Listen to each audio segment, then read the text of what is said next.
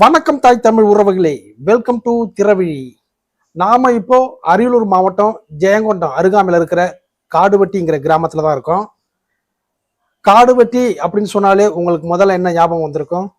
ஆமாங்க, நம்ம மாவீரன் ஜே குரு அவர்களுடைய நினைவிடத்துல நாம இப்ப இருக்கோம்.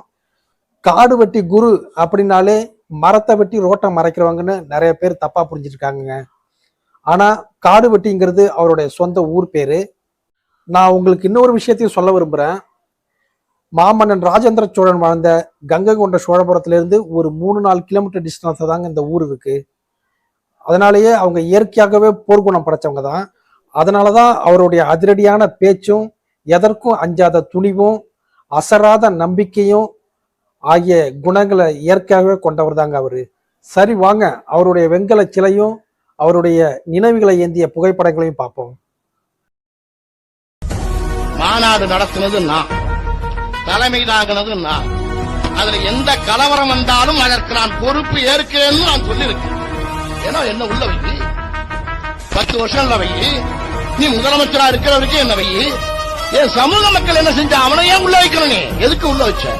அப்ப நீ என்ன நினைச்சிட்டு இருக்க? மிகப்பெரிய அரசு பயங்கரவாதம். அப்ப 107 சாதிக்கிறவ அதுக்கு வாங்கி கொடுத்தோமே. இந்த 107 சாதிக்காரன் செத்தானா? 21 பேர் என் சொந்தக்காரன் செத்தான். ஏன் சாதி பொம்பளைங்க தாலி அறுத்தா 1 லட்சம் பேர் சிறைக்கு போனோம். 107 பேர் கிடவரைக்கு வாங்கி கொடுத்தோமே. அதை பெருந்தன்மையோடு எந்த பத்திரிகையாவது பாராட்டினீங்களா? ஆனா அதை கேவலப்படுத்துகிறவங்கள எங்களை மரமற்ற சாதின்னு சொன்னீங்களே, இதுதான் பத்திரிகை தர்மமா? ஆக எங்களை மட்டும் ஒதுக்கிறதுக்கு என்ன காரணம் சொல்லு. நாங்க என்ன பண்ணோம்?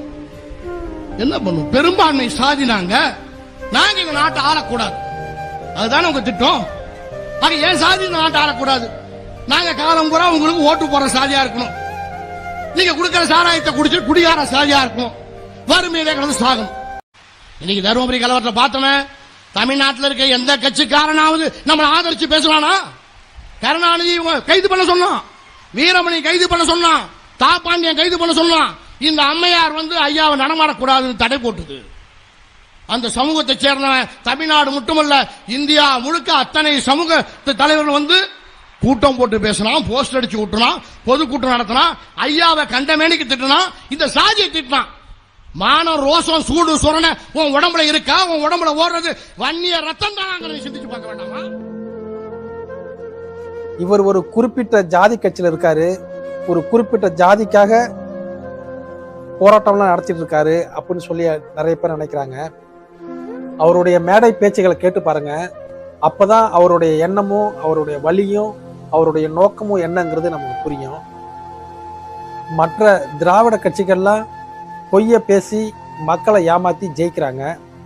ஆனா இவர் உண்மையை பேசுறதுனால தன்னுடைய சொந்த இன மக்களே ஓட்டு போடாம தோத்து போறாரு. தயவு செய்து இது ஒரு அரசியல் பதிவா யாரும் எடுத்துக்க வேண்டாம். ஏன்னா எனக்கு அரசியல் பத்தி அந்த அளவுக்கு தெரியாது, அந்த அளவுக்கு நமக்கு ஒரு மெச்சூரிட்டியும் கிடையாது. ஆனா இங்க போகணும்னு எனக்கு ரொம்ப நாளா ஒரு ஆசை. ஸோ அது இன்னைக்கு நிறைவேறிச்சு. அரசியலை பத்தி என்ன கேட்டா, இந்த 2 திராவிட கட்சிகளை தவிர வேற எந்த கட்சி 3ஆவதா ஆட்சிக்கு வந்தாலும் எனக்கு சம்மதம் தான். சரி, நீங்க இந்த மணிமண்டபத்துக்கு வரணும்னு விருப்பப்பட்டீங்கன்னா, சிதம்பரம் பக்கத்தில் இருக்கிற சேத்தியத்தோப்புல இருந்து கும்பகோணம் போற நேஷனல் ஹைவேவில் சேத்தியத்தோப்புல இருந்து ஒரு 7-8 கிலோமீட்டர் தூரத்துல தான் இந்த காடுவெட்டிங்கிற கிராமம் இருக்கு. அந்த நேஷனல் ஹைவே பக்கத்திலேயே பார்த்தீங்கன்னா ஒரு உயரமான பிஎம்கேவோட பெரிய கொடி இருக்கும். அந்த கொடி கம்பத்துக்கு கிட்ட தான் இவரோட நினைவிடமும் இருக்கு. சரி நண்பர்களே, இந்த வீடியோ உங்களுக்கு பிடிச்சிருந்தா மறக்காம லைக் பண்ணிருங்க. அப்படியே உங்களுக்கு ஃப்ரெண்டுகளுக்கும் ஷேர் பண்ணி அவங்களுக்கும் தெரியப்படுத்துங்க.